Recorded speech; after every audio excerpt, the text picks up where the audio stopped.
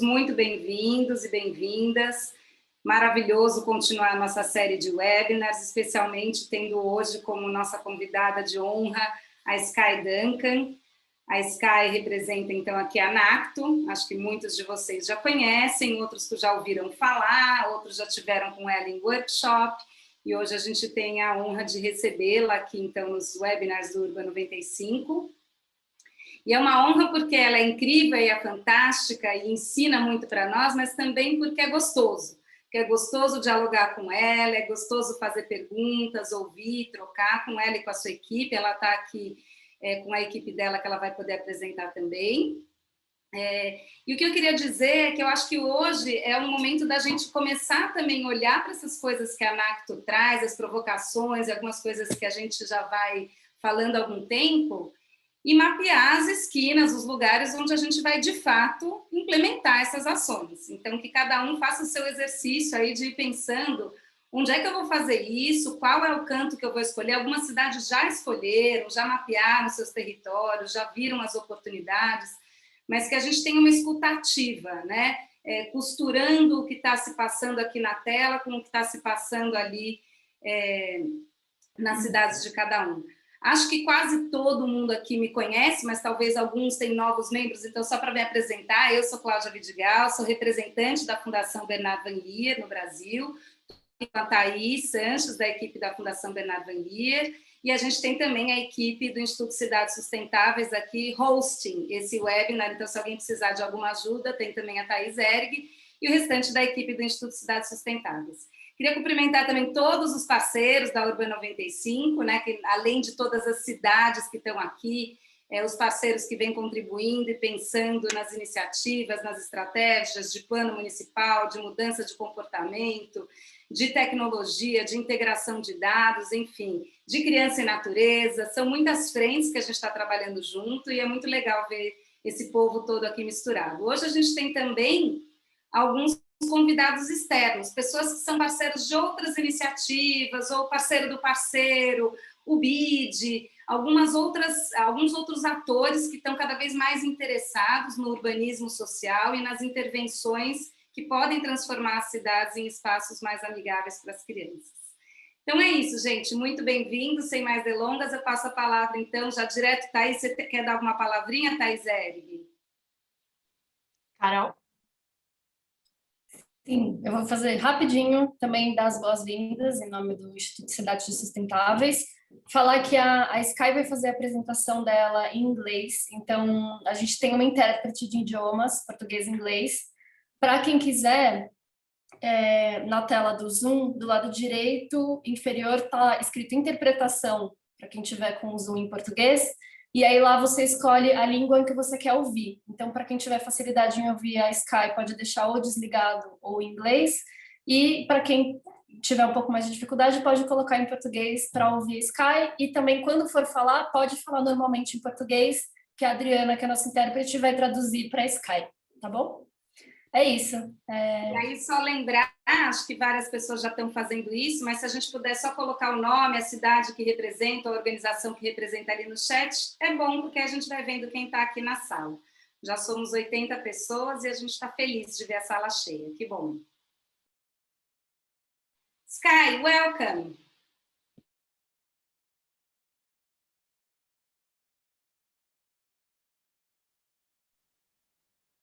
I think you were handing over to me there, Claudia. Is that correct?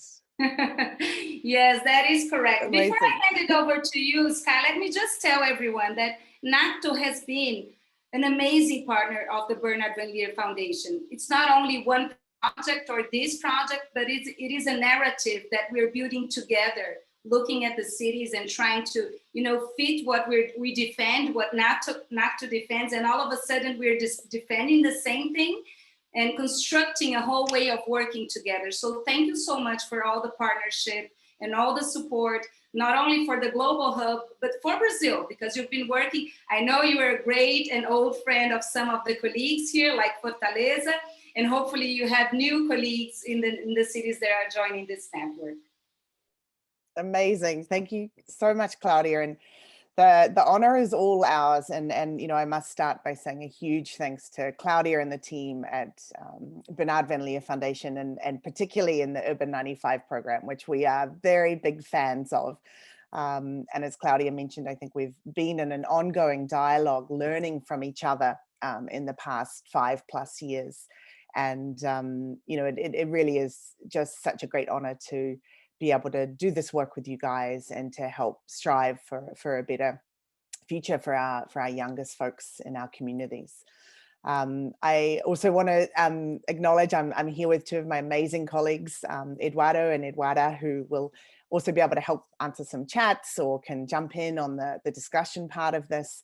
And some really wonderful old friends and faces. I see Bia from Fortaleza. And I know some of you attended perhaps a workshop that I did, I think it's about 2 years ago now, Claudia, I'm not sure. So I apologize in advance if any of this is boring you or if it's a repeat of information. But today we've got about an hour and a half. So I'm going to take the first kind of chunk of that time to present to you guys, to talk through some of the work that we've been doing in the past number of years at our organization, and explain a little bit about who we are, and hopefully offer some very practical tools and strategies that can help inspire you guys in your cities in Brazil to start rethinking around how we can design our urban street environments. So if it's okay with you guys, I'll share my screen and get us started.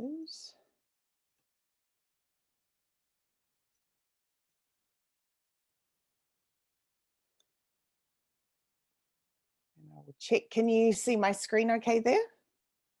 Yes, we can. Great, awesome. And feel free to jump in and tell me to slow down if I'm going too quickly or if anything's not making sense. But I just wanted to start by introducing you to not only a wonderful child of a colleague in Fortaleza, who you see on the right on the cover here, but my niece a couple of years ago on the left, who seems to have inherited my obsession with streets as well. And in fact, her her obsession is maybe a little too much when we think of streets. And but no, I joke, and it's been a real honor to you know, start to explore this topic through the lens of early childhood development. And yeah, really excited to talk to you guys today, primarily around the topic of streets. I think as most of you here, I understand we've got a mix of folks on the line. So some engineers, planners, designers, architects, so forth. And so some of you are probably aware of the fact that our streets are our largest continuous network of public space in our cities, which means that they're in fact one of our largest untapped assets that we have to work with and to help address many of the kind of crises and big challenges we're facing in our cities today. And the space, unfortunately, is a space that we have really kind of not valued properly. And around the globe, we've seen this kind of distribution of the space all given to the private automobile. And, you know, really has got to the point where the way we've set our policies and the way we've invested and designed our streets are, you know, forgetting about human beings.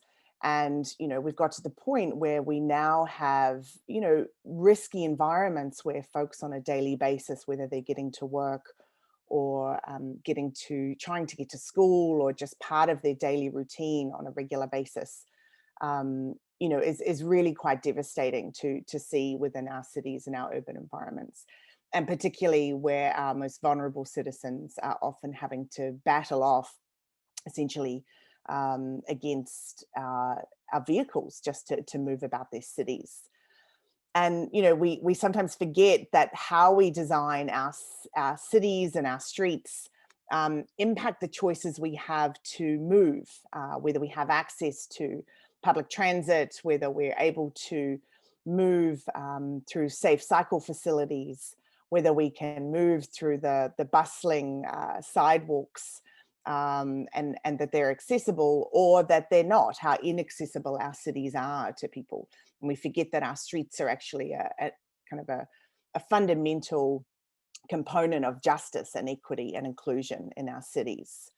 You know, that our streets are a place to learn to ride a bicycle, or to perhaps stroll, as we see some great examples in some of your cities. But they're also a chance to balance or bounce, some of the more creative opportunities to hop as we move, or to engage with nature as we move about our cities. Our streets can offer us a moment to sit and pause and read, and impact the overall livability and quality of life that we have on a daily basis. It impacts our environmental sustainability in terms of how we manage our water systems, how many fossil fuels we burn, and the quality of air that we breathe through the vehicles that we have on our streets. And of course, it supports or inhibits our local economies and impacts our economic sustainability, and how equitable our investments are. So how we set our budgets and the types of infrastructure we choose to build impacts whether that infrastructure serves just a small portion of our society, or is actually making it more inclusive, more equitable, and give viable choices for sustainable mobility. And we know ultimately that how we design our streets impacts the health of the next generation. Sadly, though, these types of daily decisions that we make are also literally a matter of life and death. You know, we have got to a point where our current streets are killing people slowly. We have close to 130.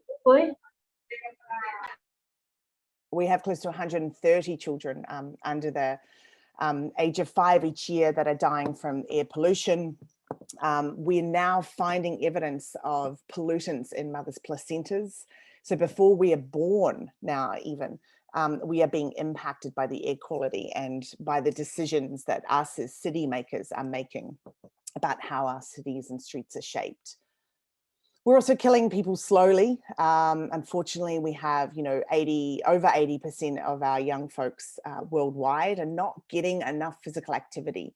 We've kind of designed healthy physical activity out of our daily routines where it's easy to incorporate, because our streets, we're not comfortable now so much sending our kids walking and cycling to school because it doesn't feel as safe.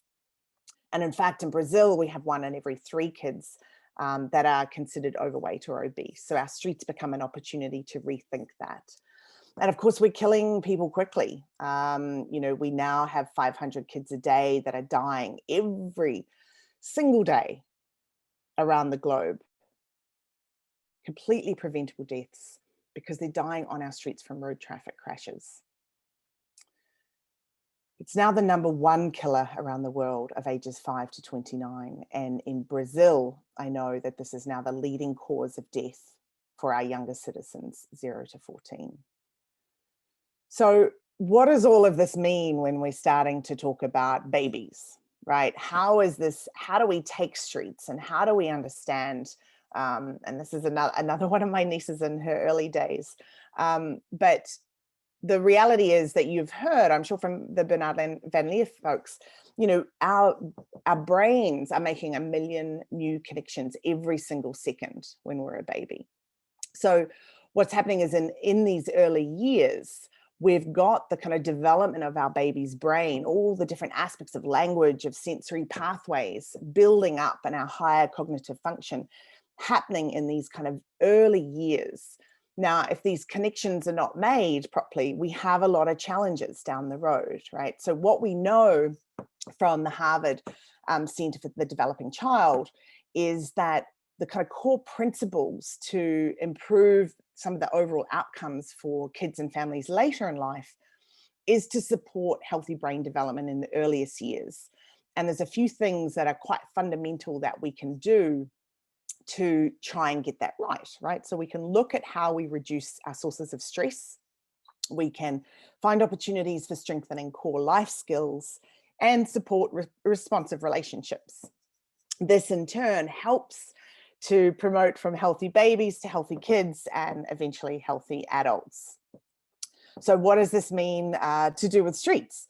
Well, let's think through a couple of scenarios, right? So if we take Maria and Hector and baby Anna in this case, and we look at the environment, a typical street environment that they might be exposed to on a regular basis, we see with high speeds, we see levels of stress, of noise and horns, of the contaminants from the air pollution that they're breathing in. We've got speeding cars, there might be heat exhaustion, stagnant water, perhaps, fear of disease that is coming from that. When we think of so that stress levels are high, right? When we think of the opportunity for the babies to be learning new skills, or our young citizens to be learning new skills, in an environment like this, there's really not that many great positive opportunities, right? They might be learning how to dodge cars, or thinking about sprinting across the street, or the science of the velocity of vehicles, not healthy stuff, not the types of skills we want the young folks to be learning. And when we think about trying to create responsive relationships in an environment like this, that's also really tough with all these stresses. The caregivers are unlikely to have the time and energy and the desire for meaningful connections or conversations in this environment.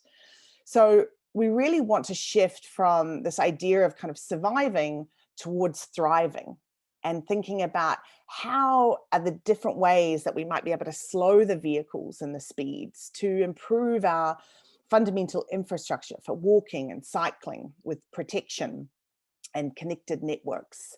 How do we disincentivize private vehicles and increase other choices and transit reliability, giving places to learn and stop and pause along the way, and chances to interact with nature as well. So if we kind of pause and think, which of these environments do we think is better for babies, kids, and caregivers?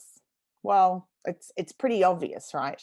And we have to remind ourselves that our environment is like a third teacher for our young folks, and it is constantly kind of educating them and helping or hindering their brain development. I saw Clarisse from ITDP also shared this slide from our Streets for Kids book as well. But one of the big goals we're trying to think about is how our streets can help support the building of connections through not only the neurons of the baby's brain, but between the people, the kid to kid or baby to baby, between the caregiver and the child.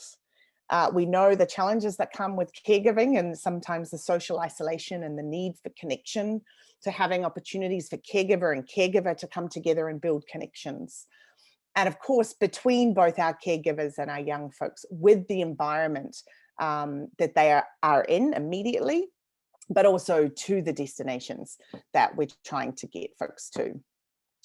Now, if we also think about this same group of folks, mobility is a fundamental aspect of how we move around, and how traditionally we have been thinking about this is tracking kind of regular commuting, right? How someone might go from the office to home, vice versa.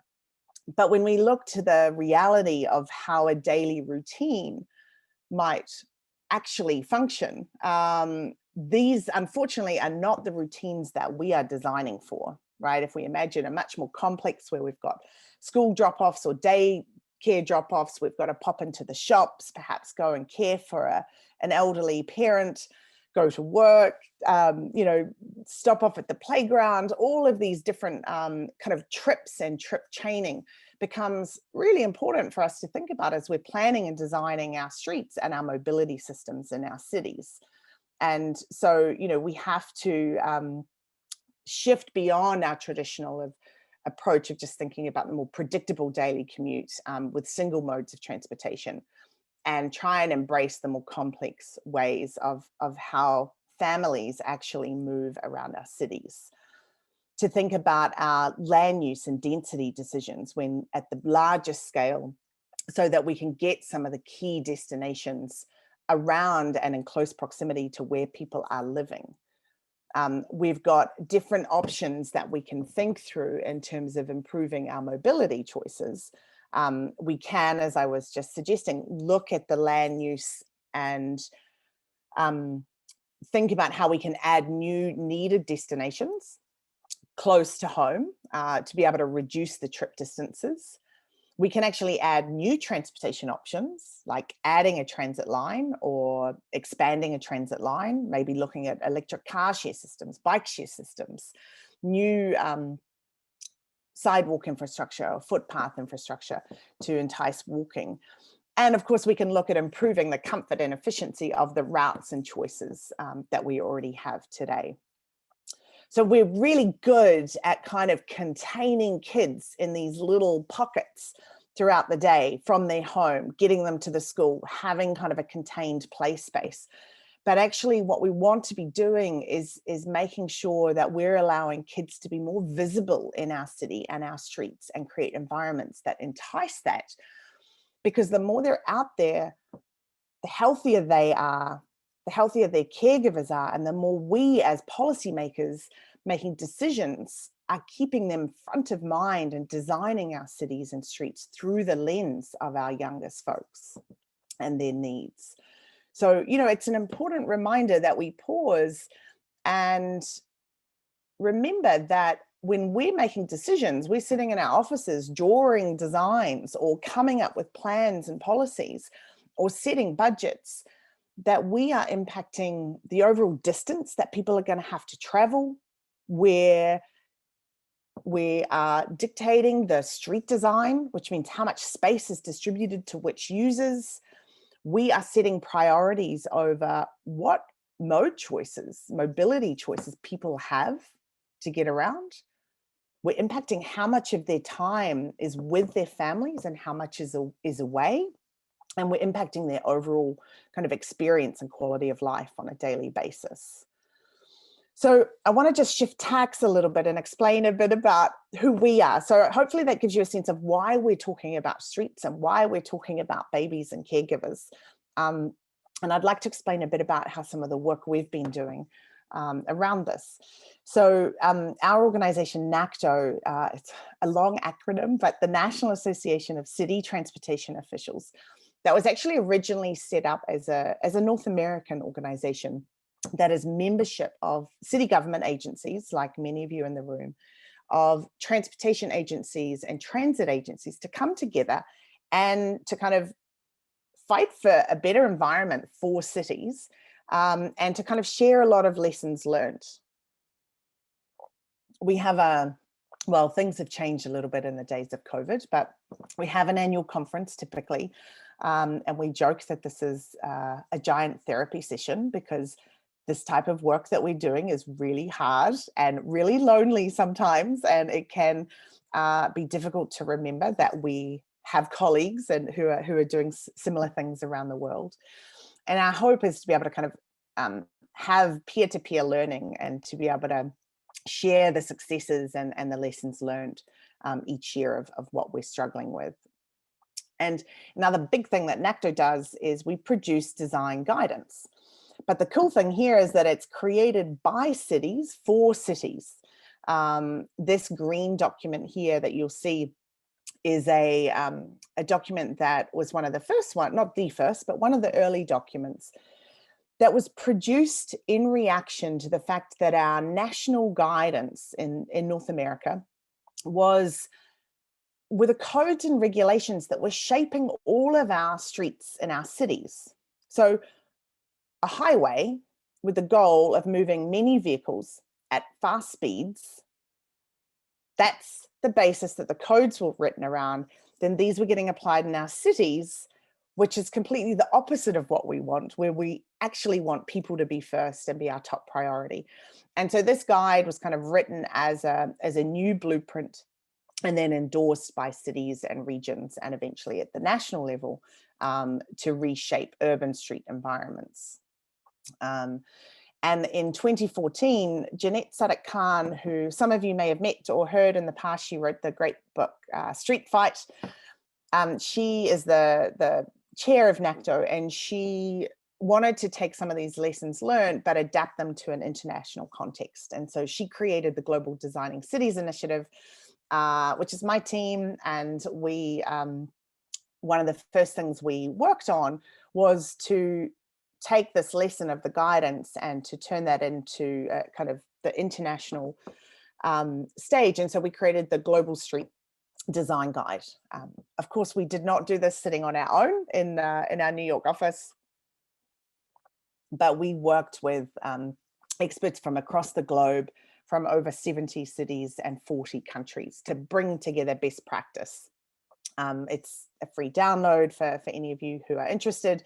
But what's really exciting is we've now had over 100 cities and regions and organizations put their name towards that blueprint of how to design urban streets. And so we're thrilled. Actually, we've got many cities in Brazil, and of course we would welcome any of you who are interested to also put your name to it. And we find it's a really powerful permission slip for your practitioners, your engineers, your planners, when the mayors or the city leaders have signed on to a different way of doing this and to be amongst international peers. This was us with Jeanette in Times Square when we passed the 100 endorsements. We'd love to have a bit of play along the way as well. But we've, of course, looked at translating this. Well, we have translated it, sorry, into many languages, including Portuguese. And one of the big goals for this is to help folks like yourselves take these big picture global agendas that we're grappling with and to translate that into local action. And whether that's through inspiring leaders to know what's possible, whether it's giving technical information to inform practitioners, or making sure that it's accessible enough to be able to empower communities to demand more of their space. We really try to reach the broadest group of stakeholders possible. And our kind of core goal behind all of this is to take the very outdated hierarchical pyramid where our car has been king and we have forgotten about human beings, and to in turn turn that on its head and to put people first, with a particular focus on our most vulnerable users, our elderly, our people with disabilities, and of course our children and our young folks. And to make sure that we are focusing on sustainable mobility options, critical city services and functions, and when we have space to give that to private automobiles. And of course, you know, it's really critical that when we have a brand new street, we do a great design for that. But the reality is that the bulk of our cities, the bulk of the places that you guys are already working, your street networks already exist. And so a big part of what we're doing is asking what's possible. How do we look at that space in a different way? And how do we ask how that space of our street can serve more functions and more people? We've more recently released a supplement to this called the Designing Streets for Kids, with the support of the Bernard Van Leer Foundation, where we are also supporting a number of cities around the world with technical assistance. Again, working with global experts to pull those case studies and best practices together. And for this publication, we're working on how do we have improved and independent mobility? How do we get the movement part right? But how do we also remember that our streets are places to pause and sit and play and stay? So we want to ensure that we're getting the core aspects of safety and accessibility, but that we're not forgetting about health and comfort, inspiration and education, and chances to incorporate love and joy from every age and stage, from a mother who's breastfeeding to early childhood, right through to our teenage folks as they're moving about their cities. And as I mentioned, we're touching down in a number of cities around the globe and offering technical assistance, including to Fortaleza in Brazil. So great to have folks here on the call today, and I'll certainly be sharing some of their incredible work as well. But our goal for a lot of this work is to take this kind of people and place approach to how we design our streets and use those as inputs to help inform our decisions and to ensure that we have our desired outcomes of health and safety, of livability and quality of life, to ensure that we've got access for multiple modes, multimodal access, environmental and economic sustainability, and to, of course, make sure we're doing this in a fair and equitable way. So as I mentioned earlier, we want to think about all the different functions that our streets can help support, from managing our water to helping improve our air quality and our biodiversity, to also thinking through all the different people that need to use our streets on a daily basis and what are their needs and great experiences that we can support.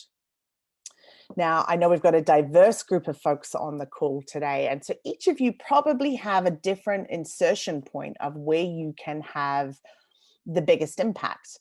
Sometimes it might be at the largest scale, and sometimes it might be about getting those tiny little details, but really important details right. So whether it's thinking about the biggest picture of citywide coordination between planning and transportation systems, thinking about our land use, our density, our neighborhood scale and mobility planning, and kind of broader kids first policies. Or in some cases, it might be about thinking about specific users. So what we might be thinking about neighborhoods for walking and making sure that our networks are connected and permeable and accessible for everybody. To think about the sidewalk itself and start with those basics. What is it that we need for safety and health? We often talk about sidewalk width, but we forget about the fact that we need a clear path that is accessible. So getting those things right, getting the lighting, getting the crossings, the speeds, the accessibility ramps.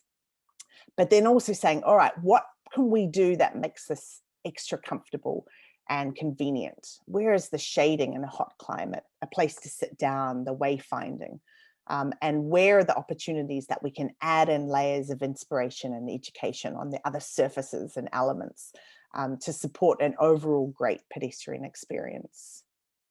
How can we take these kind of terrible, annoying, tiny yet massive frustrations in a daily routine and, you know, these kind of oversights of infrastructure that we completely forget about pedestrian infrastructure, and rethink those and get the basics right so kids can run and be joyous, that families can walk next to each other and have conversations as they're walking and connect with each other.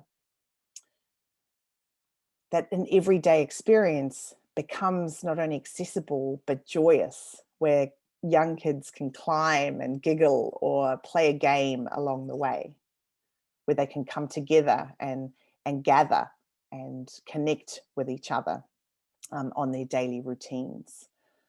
As we think about cycling, and we will go into more detail around some of these topics next week for some of the cities who are joining us for the hands-on workshop. So today I'll just be kind of giving the high-level overview of a lot of this. But for cycling, you know, how do we make sure we've got facilities that are wide enough and protected that caregivers can cycle next to their kids? That we don't give up at the intersection, that our intersections are safe and protected, and that we have a complete network and a system to help support cycling as a viable and safe mode. Now, this is not the cyclist that we are designing for. If we are doing it wrong. We're not doing our jobs. But these are the guys that we want to be designing for. So in every cycle facility that we're designing in our cities, if you're comfortable taking a 5, 6, 7, 8-year-old or a baby in the back or front of a bike, then you're probably doing a good job. If you're not, don't have that comfort level and you would put somebody you love on that facility, I'm sorry to say, but then we haven't got it right and we need to work a little harder.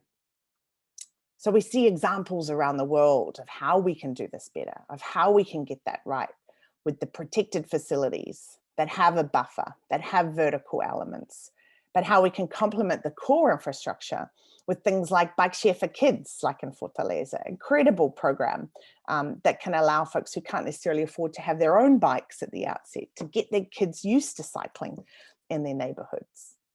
In Milan, their bike share system and e-bike share systems have kids' seats on the back, making that system more accessible to more family members and getting the basics of things like bike parking right. So that, you know, it's not just the journey, but it's the store or the friend's house that you need to stop and park outside of. And of course, when we're thinking about transit, and we have another entire publication just about looking at dedicating space for transit infrastructure so that can be prioritized and that mode can be efficient and fast and reliable. But how do we also think about our stops and the place where we're waiting to get transit? We know for caregivers, this is a time where kids can get really frustrated and bored if they're waiting, but also an incredible opportunity to take daily frustrations like this of getting in and out of transit and thinking about how can we make them not only more accessible and easy to get on and off, but as we're starting to see, how can a bus stop become a place where a caregiver can wait and have a meaningful conversation with a child, or be comfortable to breastfeed, or, you know, like we're starting to see, like incredible opportunities where we start to think about learning and reading while we might wait for the bus, where kids might learn about transit systems and have fun and interactive play. And even some of the older folks might even enjoy a bit of playful time as they wait for transit. So we can kind of unlock this whole world of possibility of design and experience thinking about this moment in a daily routine.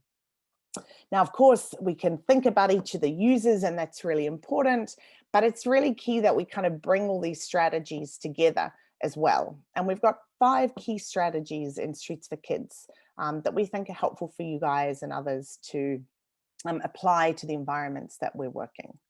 So the first one is to upgrade. How do we kind of meet our minimum standards?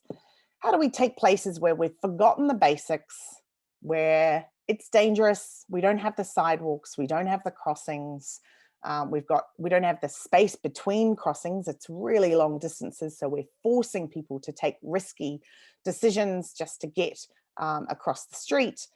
And how can we get those basics right? How can we incorporate play by rethinking a sidewalk? How might we improve the crossings outside a school? How can we make sure that we're getting people to where they want to go on their daily routine? Also rethinking kind of entire intersections. And like I showed before, getting the basics of accessibility ramps right. Slowing and protecting is fundamental. We know that speed kills. We know that we need to lower our speeds, both through policy and through design. If you or a loved one or a child is walking along the street and you are hit at a vehicle moving at 30 kilometers an hour,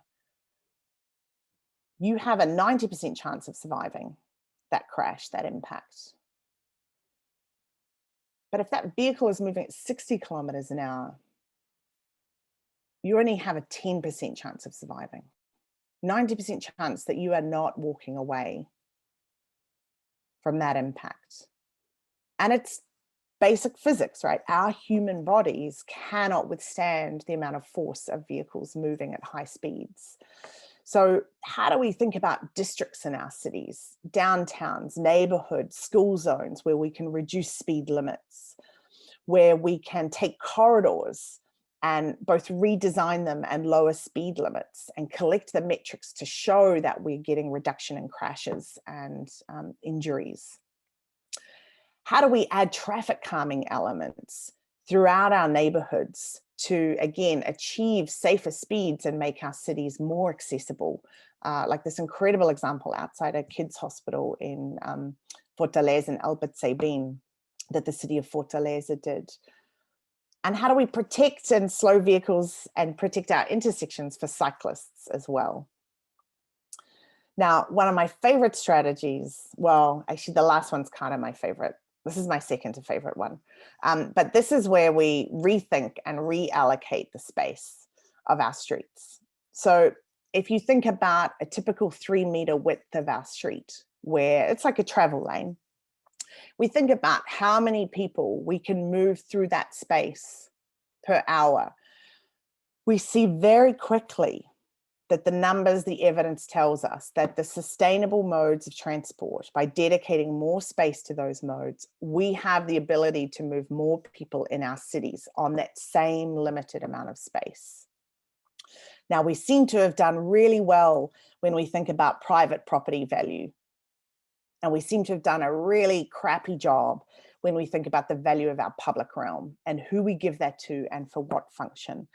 And as our cities are growing and becoming more urban and more dense and grappling with more challenges, the distribution of the space is fundamental. And it's so important that we think about the numbers behind and the evidence behind the decisions that we're making. In a similar way, how the space needed to move 50 people by foot, by bike, by transit or by car, by Uber, by AV, by EV, by car shares. And we really have to kind of think, what is the type of future that we want our cities to have? And often that is within our power as city makers and shapers to influence. So just as we draw the lines in a slightly different way on that same dimension of building front to building front, we are making an impact on how many people we can move and which functions we are supporting. Now, this is very controversial, right? But the reality is that we have to stop prioritizing and subsidizing individual motorized vehicles, and we have to make our sustainable transportation options safer, more convenient, affordable, and comfortable. And the reality is that this means we have to make it easier for people not to drive through all the different ways that we're talking about. And it's not about being anti-car, it's about being pro-mobility choice for people and making sure that these choices are real, that they're actually safe and affordable and reliable options for people to choose. We have been stuck in this self-fulfilling prophecy for decades now, where we are trying to deal with congestion by adding more lanes and wider lanes. And we know now, the science tells us, we get more cars and therefore we get more congestion. We get a moment of relief, but we're making the core of the issue worse. And there's a great quote by the urbanist Lewis Mumford, and he says, adding highway lanes to deal with traffic congestion is like loosening your belt to cure obesity. So it's giving you a moment of relief, but it's not actually dealing with the core of the challenge. So it's now time we need to solve different problems, away from moving cars to moving people and to designing our cities through the lens of our youngest folks. And this requires a different set of solutions. And we need engineers, planners, designers like yourselves to help us do that. So rethinking means taking the real estate of space and repainting those lines, looking at our operational budgets in our cities and making a decision not to paint back what we have as the status quo, but to shift practices as norm, to dedicate more space to transit, to be creative and rethink some of the spaces we have, like we started to see in Paris, to dedicate the space for the modes we want people to be taking. It's no mistake that cities like Copenhagen have some of the highest cycling rates in the world. It's not by accident, right? You look at their streets. This particular street has 3 lanes for cyclists to move along the street. We can rethink the medians, like this one in Tel Aviv, with bike share and places to sit and pause. Similar strategies in Bogota. And we know we're starting to see in some of your wonderful cities of rethinking that space and making it more attractive and more useful and more enticing for everybody in the community. Activating the space that we have, how do we then look at the moments to pause and sit and play whether it's playful elements or simply upgrading a staircase and incorporating slides and color and seating, working as to provide moments that bring communities together. Creative street furniture or playhouses that might sit in the middle of a street. Shaded areas where interaction might be enticed along the way. Or perhaps just a moment to sit down and relax and breastfeed or take a nap or just share a moment between a father and child.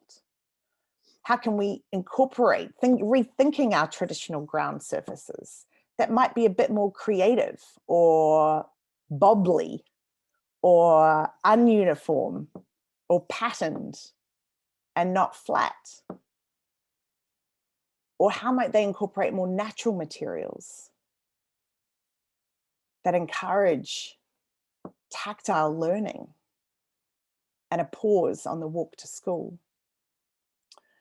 And the last one, which is one of my favorites, as I said, is to kind of extend. How do we also think about the street a bit like a room, right? We often talk about the ground plane of that room, but how do we think about all the other surfaces and elements around us? How can we think about the spaces next to our streets that might be in private property that we could reclaim and have that incorporated into the space of the street? Once we've got our ground surface rethought, how can we start thinking about the vertical edges of our streets? Opportunities to incorporate color and artwork, or climbing and physical play, or perhaps sound and learning in that way. How do we think about the space above our heads in hot climates and consider how we can incorporate opportunities not only for shade, but again for color and pattern and other ways of learning? So we've got kind of the entry point of how we can think about different users. We've got these 5 key strategies that we always want to be looking at how we can apply these to our street environments. And then in the Streets for Kids guide, we try and pull all these together to be able to show different types of examples of where cities can see themselves and consider what a transformation of that space might look like. Where speeds are lower, where places for nature, for play, for social connection, for critical services are all incorporated. And then have examples and case studies from around the globe where we know this is true. We know this has been done, and it's we've got the evidence of it, where a child can smell the herbs or touch the grass, where an interactive surface allows and invites a father to teach his son how to bike. How our everyday commercial and mixed use streets might be rethought to give more efficient movement for transit, playful transit stops, protected cycle facilities, and seating and moments for play and pause with clear walking paths. And we see examples around the world, like in Slovenia, rethinking their kind of commercial and mixed use streets. How do our kind of core destinations, our schools, our daycares, our healthcare centres, become opportunities to rethink the entire area around a school, a daycare, or a health facility? How might these spaces be reimagined on the ground plane, but also through these other vertical surfaces and the spaces above us, to design them through the lens of our caregivers and our babies and our kids? Some of these projects are a bit like this one in Istanbul in Turkey, where this space was transformed, working with the local community, not only to get support and interaction through the actual implementation, where affordable, playful elements are able to be applied, but then we start to see the impact of this, of just simply transforming a car park area into a space where community members can come together and go back to those connections we talked about at the beginning with each other, for the caregivers and for the young folks. And then these temporary moves allow us to sometimes transition into more permanent change. So this is the same space, after we do the temporary change, collect the metrics, and are then able to go back and make permanent change. Or this school outside, well, the street intersection outside a school in Milan in Italy that was able to be transformed to still allow critical access, but simply with a bit of paint and some planting and a few elements, we were able to kind of bring the community together, to invite the kids. It was amazing. They had a competition to rename the plaza. This little girl, I don't speak Italian, but it's her one was the Piazza of Dreams, you know, and these types of simple moves suddenly allow, you know, a couple of kids to share some secrets, or to, you know, share an experience from a day with a caregiver. And it's not just the school kids, of course, it's then their siblings and their parents, and the pickups and drop-offs become an opportunity for increased social connection, for a space where stress is reduced and where there's opportunities for learning. And so our team, we produce these guidance documents and resources, but then our favorite part, of course, is putting a lot of this into practice. So we currently touch down in about 30 different cities around the globe in different ways, and work in a number of different ways. One is helping rethink policy and design guidance. So how can mobility plans, you know, start to be rethought through this lens? We see street design manuals that are developed to help cities rethink that blueprint, and we offer up the Global Street Design Guide as a basis for that, and we see it around the globe. In Bogota, in Colombia, you know, their new street design manual then explicitly calls out ages 0 to 5 and pregnant mothers and their elderly caregivers, right? This then becomes in their policy documents to help rethink the streets through that lens. So it's important that we think about the fact often our codes and regulations that are designed to shape our cities are very outdated. They're 50, 60 years old, and they actually have impediments for when we want to design best practice. So it's important we update those as part of our long-term sustainability. Of course, a lot of capacity building that we focus on. There's so many different folks who have a role in shaping our streets. So lots of analysis of the different process in each context of how streets are shaped and which stakeholder has a role at which time and which moment in the process. So lots of workshops on rethinking designs, working in interagency groups, helping folks understand which part of the process they're able to have an impact in, and to identify actions they can take on a regular basis. We used to have these really, well, we still have them, but these really fun kind of puzzle pieces. In the days of COVID, we're translating this into online version. And so some of you next week will be working with some of these interactive workshops. We head out on sites and literally physically invite folks to see the streets from the lens of 95. We kind of created this inverted periscope, which helps you see the street from the perspective of 95 centimeters. So we can get our engineers and planners and city mayors out on the street rather than behind our computers, and actually see and feel and kind of taste what that feels like when they're out there. But we also not only are planners and designers, right? When we're changing our streets, it's important we engage with our enforcement partners, and that we talk to the local journalists who play a fundamental role in communicating the need for this type of change and challenging of the status quo out there. Of course, supporting community engagement and making sure that we can get the voices of you know, the communities who live and work in these places, and of all ages and abilities, to share their experience, learning from local expertise, and of course making sure that we're engaging with the kids themselves.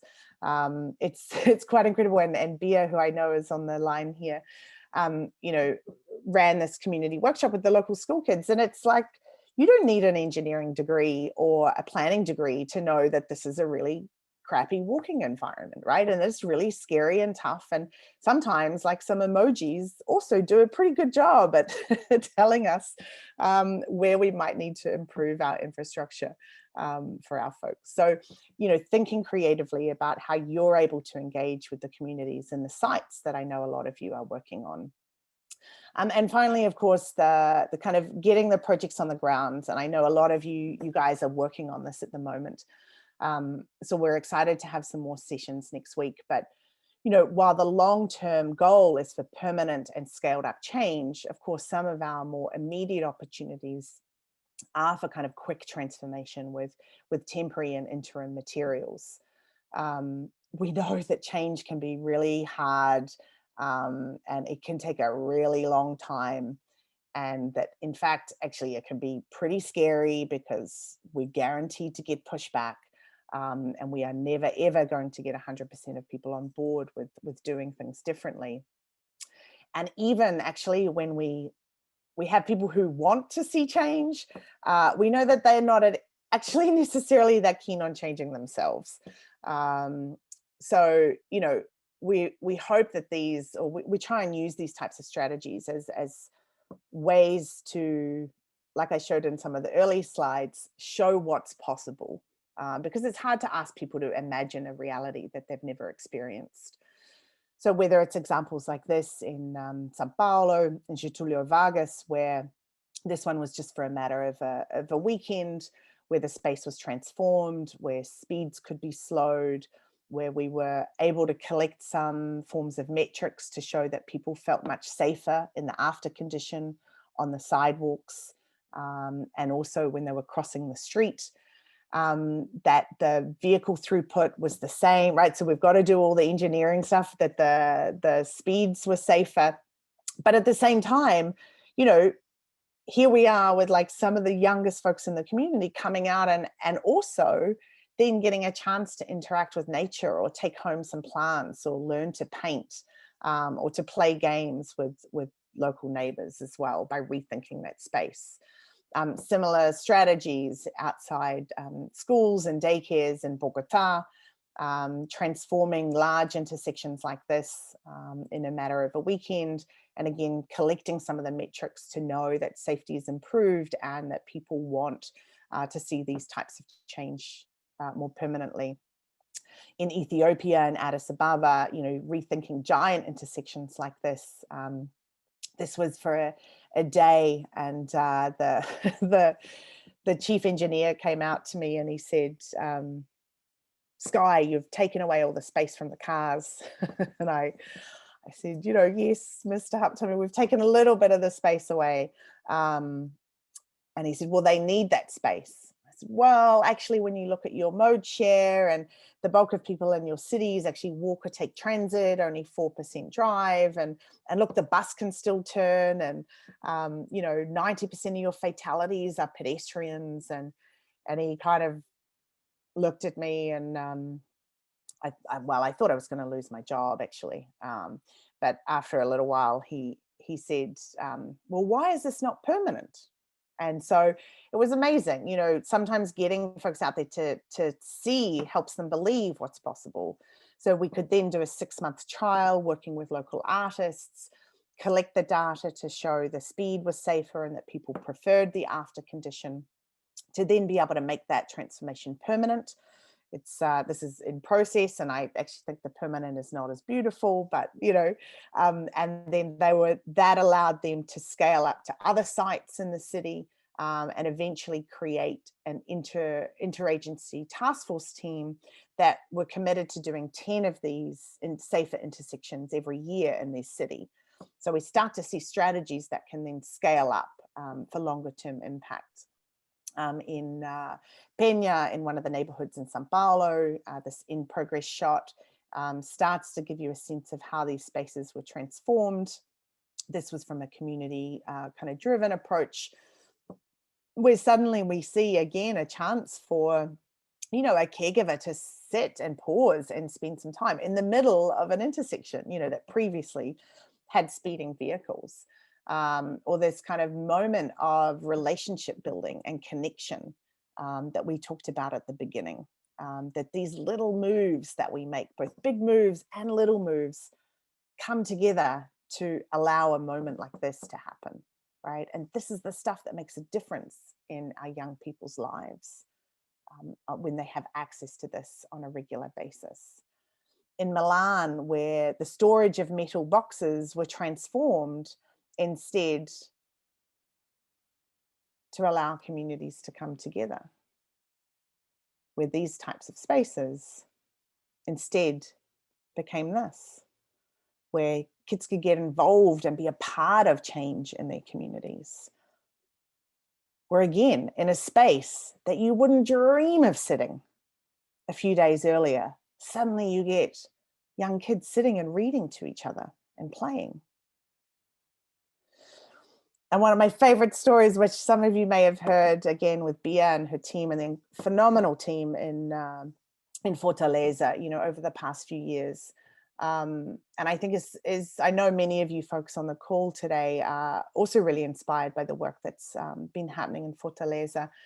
And, this project in Cidade do Estoril, was an effort to kind of transform a space for 15 days out in the community. And, we started to see, again, in a matter of not just hours, probably days, right? And a lot of back end work. But almost immediately you started to see families come together and pause and be in the space that they weren't previously able to do that. An environment where suddenly, this father could go and teach some of the neighborhood kids how to ride a bike. That space wasn't there before. And, before Edu, my colleague who's on the call, I think, you can see we're literally hot, sweaty, painting out there in the night, still finishing it. The paint was still wet, and this desperation for the kids to get out there and play was so evident. And we were standing there with Bia actually, and a small group of us, and it was kind of late. I think we were taking a little break and this adorable little kid was running back and forth kind of on a short distance of the space, and he was really happy and really excited. And we said to him, tomorrow when we actually finish this, you're going to be able to run from like here all the way over to there without any cars. And I'll see if this works, but this was his reaction. And it's okay if you can't hear the volume. The face says it all.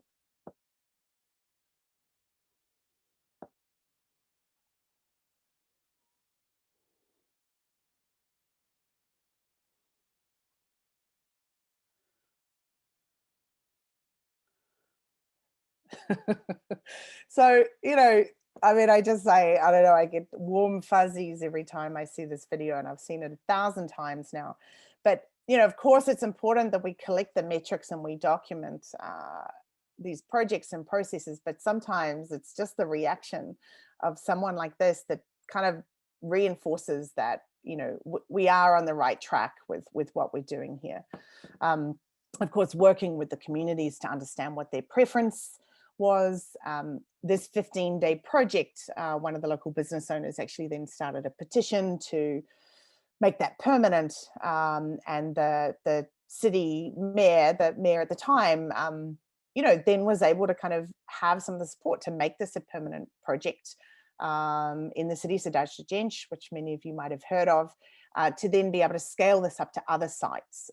In this case, working around Dragão do Mar, around an art center, where a lot of these kind of simple strategies that we were talking about earlier of narrower travel lanes and tighter turning radii and more compact intersections could be applied, so that the fundamental, honestly, really sad conditions like this, where our most vulnerable users are in the roadbed, can then have a dignified experience walking through their neighborhood, where shorter crossing distances and redistribution of space not only was able to achieve safer speeds, both through cars and buses, but to also show that these types of projects were bringing more people walking and sitting and spending time in the space, and that there were more of these activities that invited out families to enjoy their street environment in a way that they would never have imagined before. The city was then able to scale this up into their downtown projects, again, increasing accessibility and inviting people of more ages and our young folks out to be comfortable walking in the city, and have more recently scaled this up around a school program. So now working to transform streets and spaces around schools that not only support the schools themselves, but again, invite a lot of the broader neighborhood to come together and to experience that space in a different way.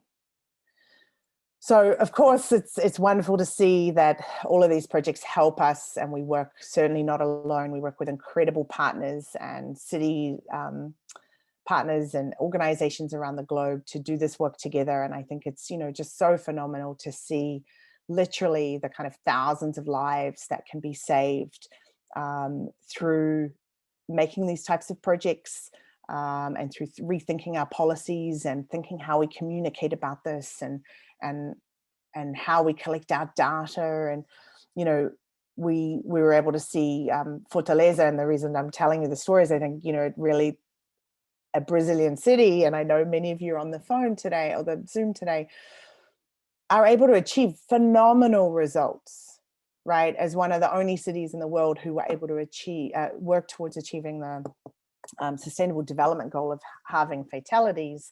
So that's one specific metrics, but at the same time, making the city more accessible and enticing for everybody of every age there. So we've got so much to learn from other cities, and I'm excited to know that you guys are part of this conversation to kind of learn from each other.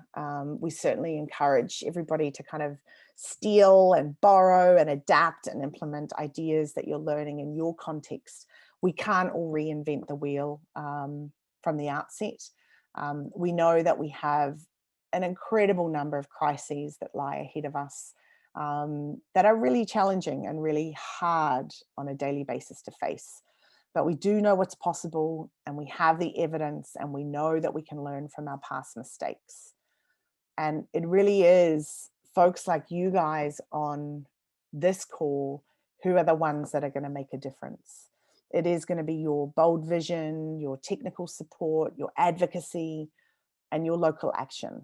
It's going to be you putting up your hand in a meeting that feels really uncomfortable to say, I think we might need to do things differently. Because without you, we won't get there. And so I'm so excited to know that there's a kind of a room full, or I don't know what we call it, a Zoom room full of, safe and sustainable street heroes out there for our youngest folks, and excited to help to work with many of you or inspire ways in which you can continue to put kids first. And we hope that some of our tools and strategies are able to support that process and to help you reimagine and reinvent streets so that they're safer and more sustainable in your city. And if we get it right, I have to offer this warning, because if all this comes together, we are going to start to see in our cities, we're going to definitely see more gossiping. We're going to see people lingering a lot more. Definitely congestion is going to be on the rise. We're going to get more congestion, people coming together, barricades, walls built up of kinds. We're going to get a little bit more graffiti, probably, and maybe even some intergenerational interactions. And when things get really tough, the swords are going to come out, and the fist fighting is going to begin. So good luck. We're excited to continue working with some of you. And thank you so much for your time today, for joining us on this webinar, and for listening to a little bit about our work, but more importantly about what most of our partners and cities like yourselves around the world are doing on a daily basis to strive and fight for an environment and a future that really, truly is designed and thought of from the lens of 95 centimeters. So thanks so much. I will stop sharing my screen and happy to chat to anybody or answer any questions. So. Thank you. So nice to hear you and to get inspired again and again, Sky. Thank you so much. Yeah, so I think, guys, either the chat or even if you want to open your mics and just, share your impressions, questions, let's make this freely and we still have 20 minutes to go, a little less than that. So please.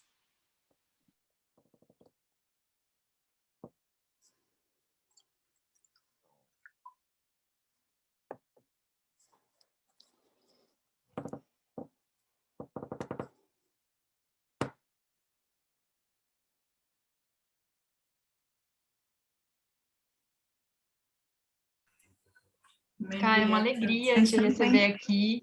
Estou muito feliz também que a sala está cheia. A gente vê aqui todas as cidades da rede participando. Muito, muito feliz mesmo. E talvez a gente tenha aqui um grupo bastante interdisciplinar. A gente tem profissionais de diferentes secretarias. E eu fiquei imaginando, ao ver a sua apresentação, se você poderia talvez falar um pouquinho em relação da importância, né, de ter profissionais de diferentes áreas para pensar esses espaços para a primeira infância nas cidades. Se mais alguém quiser abrir o microfone, gente, para falar, fazer alguma pergunta. Eu vou só aproveitar e traduzir para a Sky a pergunta que está aqui no chat, que é a Terezinha, she would like to know if there is a work that you can engage communities and bring conscious to the communities and for the leadership in the community so they can take care of those interventions together with the public leaders.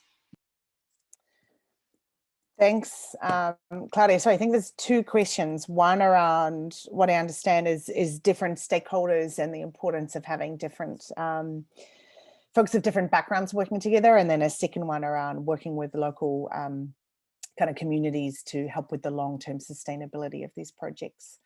So maybe I'll start with the second one. It's certainly, one of the most important things with these projects is to identify not only areas of need, right? None of us have a lot of money. So we want to be very strategic with the investments that we're making and the projects we're doing to make sure they're having the impact that we are, hopefully having the impact that we're intending. So certainly taking time to understand the sites that we are intervening in, particularly if these types of projects are newer in your city. If people are not used to seeing them, there will definitely, not even likely, there will definitely be pushback for doing things differently.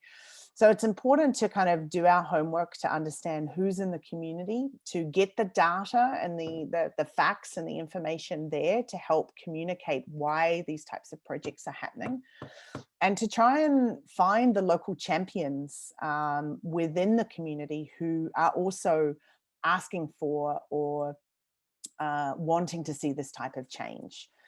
And then there's a number of different strategies, certainly to involve them as much as possible in the process of intervention. But part of the reason we often do these kind of shorter term, quick transformations before the longer term ones is it's able to reduce people's fear of change a little bit.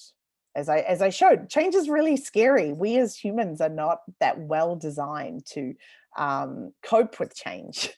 And so when we do these kind of shorter term temporary projects, it becomes a strategy for community engagement itself. It becomes a strategy to provide the platform for a conversation around how things could be done differently. And for those who are really opposing it, we have this ability to say, look, if it's a total disaster and everybody hates it and we really don't like it, we can put it back to the way it was.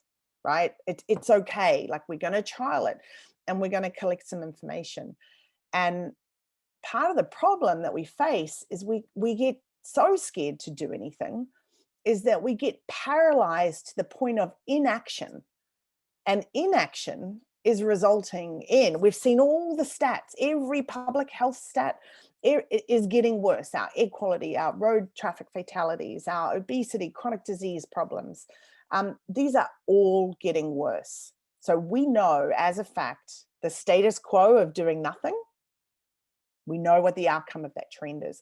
So we have to take some action. And by doing these types of projects, it gives us a window of time to collect data and to collect before and after, both photographs, surveys, information, to be able to come back and have a fairer conversation, a more equitable conversation around who's being impacted and what are the benefits and challenges of doing a project like this. And what that allows us to do is to kind of shift from anecdote to analysis. It allows us to say, okay, we understand there's a group of taxi drivers that have massive concerns around this type of project, or a group of business owners, right? And it's important we listen and understand all the different challenges. But if we can go back and say, well, look, the reality is that actually speeds are safer, and 78% of people prefer the after condition. And, we're able to bring other factors and other facts to the conversation. We're able to have a fairer conversation around that. So we will sometimes, hopefully, have some champions at the outset, which is very important to identify and bring them along in the process. But hopefully through the process of demonstrating a different possibility of what that could be like, we are also then building new champions. And when a lot more of those champions are our young folks, and when we're doing surveys, how often do engineers ask, 4 or 5-year-old kids or their caregivers if they'd prefer a street like this or like that, or give them that chance to experience it? We don't. It's just not our practice, right? So therefore, we're not actually ever having a very fair conversation around what we should do with our street space. And that's part of what this work is doing, is trying to shift that conversation. Secondly, the question about people from different backgrounds, so fundamental. I often joke that most of our work is what we call silo busting, right? It's looking at I know I showed it very quickly, but happy to share more resources. When we look at the process of how a street transformation, rethinking an after condition is conceived of, how it's budgeted, how it's planned for, how it's designed, how it's implemented, who maintains it. Every single step of the process has a different group of people with different expertise who have a role to play, even the enforcement, even the communications, right? As we mentioned, beyond our typical kind of infrastructure side. So a big part of this work is, taking all the people who have differing expertise in infrastructure, having them to start to learn a little bit about early childhood development and education and that side of the science, and vice versa, right? Having the folks who are experts in early childhood development and education also learn a bit about the role of infrastructure. So not only within our kind of, let's say, professions or disciplines do we have many stakeholders within our own groups, but we've got entire disciplines who are not even talking to each other. So this type of platform, to have that cross-learning, is fundamental. And then to do that, and I think, Thais, you mentioned like local, state, and national level is also so important, because some of the kind of entry points for where we can catalyze change might exist at a city level, and others will exist on state regulations or state stakeholders, or at the national level. So I didn't talk about it a lot today, but Eduardo from my team can certainly speak about this. I know a lot of you are probably involved in like Denatran, right, at the national level in Brazil, also saying, right, well, what are your codes and regulations at a national level that are influencing or dictating how streets should be designed across the country? Because every city has streets that are owned by state or regional or national governments. And so sometimes our codes, as I mentioned, aren't even allowing us to do the right thing. So not only do we have to talk and learn and break silos within our disciplines, across disciplines, across different levels of city government, but then also within city government, within our private sector and our consultants, to our academics, to our advocacy groups. So it's a complex web of stakeholders. So it's a very long answer, sorry, but to say, yes, absolutely, we kind of need everybody that we can to be part of these conversations, to be fighting for the type of change that we need to see.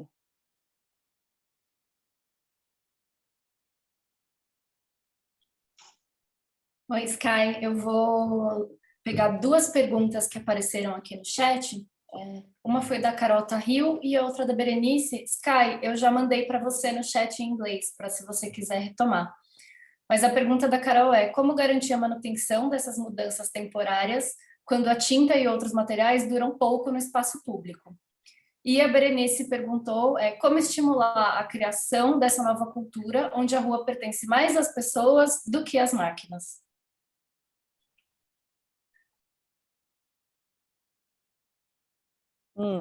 Great, two great questions. The first one, well, absolutely, right? So each, depending on, this has to be part of the plan. So depending on how long each phase of a project is lasting for, then we start to pick different materials and different street furniture elements and design decisions based on how long that is meant to be. So sometimes if it's a matter of a day or a couple of days to demonstrate, we use one set of materials. If it's for a month, that might be different. If it's 6 months, it might be different. If it's permanent, that's obviously different as well. So there's a number of different ways we can do it. One of the challenges, I think, is that a lot of our permanent changes don't often end up looking quite as beautiful as the interim ones. So there are strategies that we can use to do that, to still bring in color and vibrancy when we're, say, pouring concrete versus, painting on asphalt. There's just a lot of we could go for hours on this, but there are details on the durability of a material, if vehicles are driving over it and what type of vehicles versus if it's just pedestrian only. But certainly planning ahead to make sure that the process and the budget allows for ongoing maintenance, not only physical maintenance of the space, but ongoing cleaning, making sure that the space is kept well. And sometimes there are a number of examples where a lot of these programs end up working with local community groups to do some of that maintenance on an ongoing basis. So the small things can be done, planned for the maintenance, but it's also really important in our city budgets that we're building in maintenance budgets for longer term, support of these types of spaces. In terms of stimulating creation of the new culture where the street belongs to more people than machines, well, having spent the last 7 years of my life doing this on a daily basis, I would say, and I know many of you are doing the same, you realize it's not easy, right? So I think we have to do it through a number of ways. I think we do it through sharing stories like this. We do it through bringing precedents and pointing to other cities to show what's possible. We bring evidence to the table to try and have a fairer conversation. We talk about the crises that's out there and why we're trying to do a lot of this work. But we also then try and do these types of kind of projects that can show what's possible to, sometimes it's like, hitting your head against a brick wall and you can show pictures and you can talk, for hours and hours, but until people actually feel what that can be like, until they see their own child being able to run freely and to not feel scared for their safety and to be able to hear the birds and see laughter and giggles and joy in a space, sometimes it's really hard for people to understand beyond just experiencing it themselves. And that's why we do work so hard to try and help cities have examples in real life in their cities. Because we know the trend, everyone says, oh, cool, yeah. You can do that in New York or London or Copenhagen or Fortaleza, but we're different, right? Our issues are different. It's we've got our own set of challenges. And we do, each place is unique, but the reality is we're all sharing a lot of the same challenges together across cultures, across continents. And the good thing about that is that we can also share a lot of the solutions, and we can borrow from each other, and we can look at what works in other places and use that to help us get there. So it's hard to build a new culture, but we're all trying. I think everyone on this call is trying. So I just want to let you know that you're not alone, and that it is really hard, and it's exhausting sometimes, and it's scary and frustrating. But please remember that if you're not doing it, chances are nobody else is. So if you're not the ones fighting for it, you're actually here listening and learning about this, right? With a level of interest to learn new things. And so if you're not the ones who can then be the champions, be the advocates, and be the ones, feeling a little uncomfortable and challenging the status quo, then, well, we know what no pressure, but we really need you. Your people need you, your communities need you to be fighting this fight. And we're happy to help and support in any way we can. Thank you so much, Sky.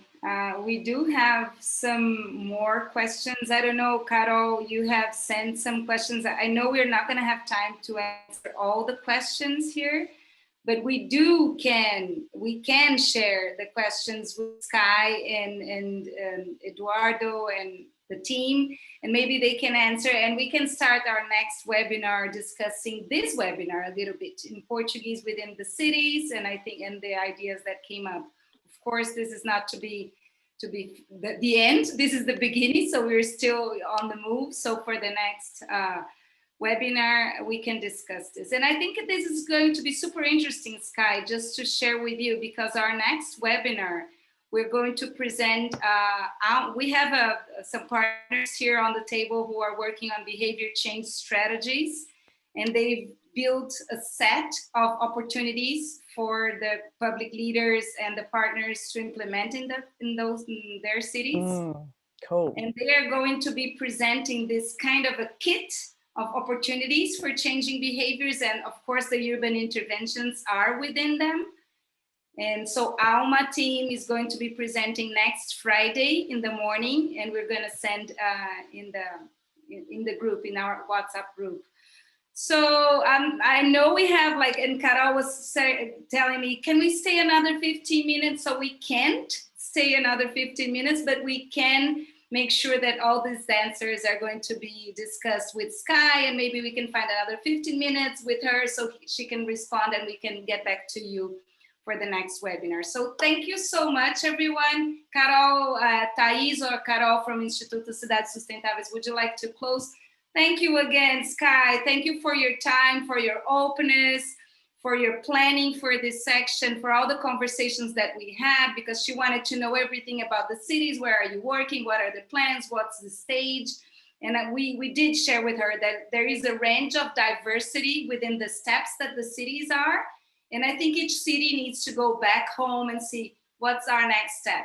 We don't need to be doing everything, but we need to be taking one next step. So that was an amazing meeting. Thank you so much, Sky. Thanks so much for having me, and for sharing this space, and for being open and joining. And I'm just so excited to see what I know you guys are capable of, and that we can then be holding. We already do hold many of you up on a pedestal to help inspire other cities and countries around the world. So I know Brazil is capable of phenomenal things, and I'm just so excited to see what's going to come in the coming months through this work. Muito obrigada, gente.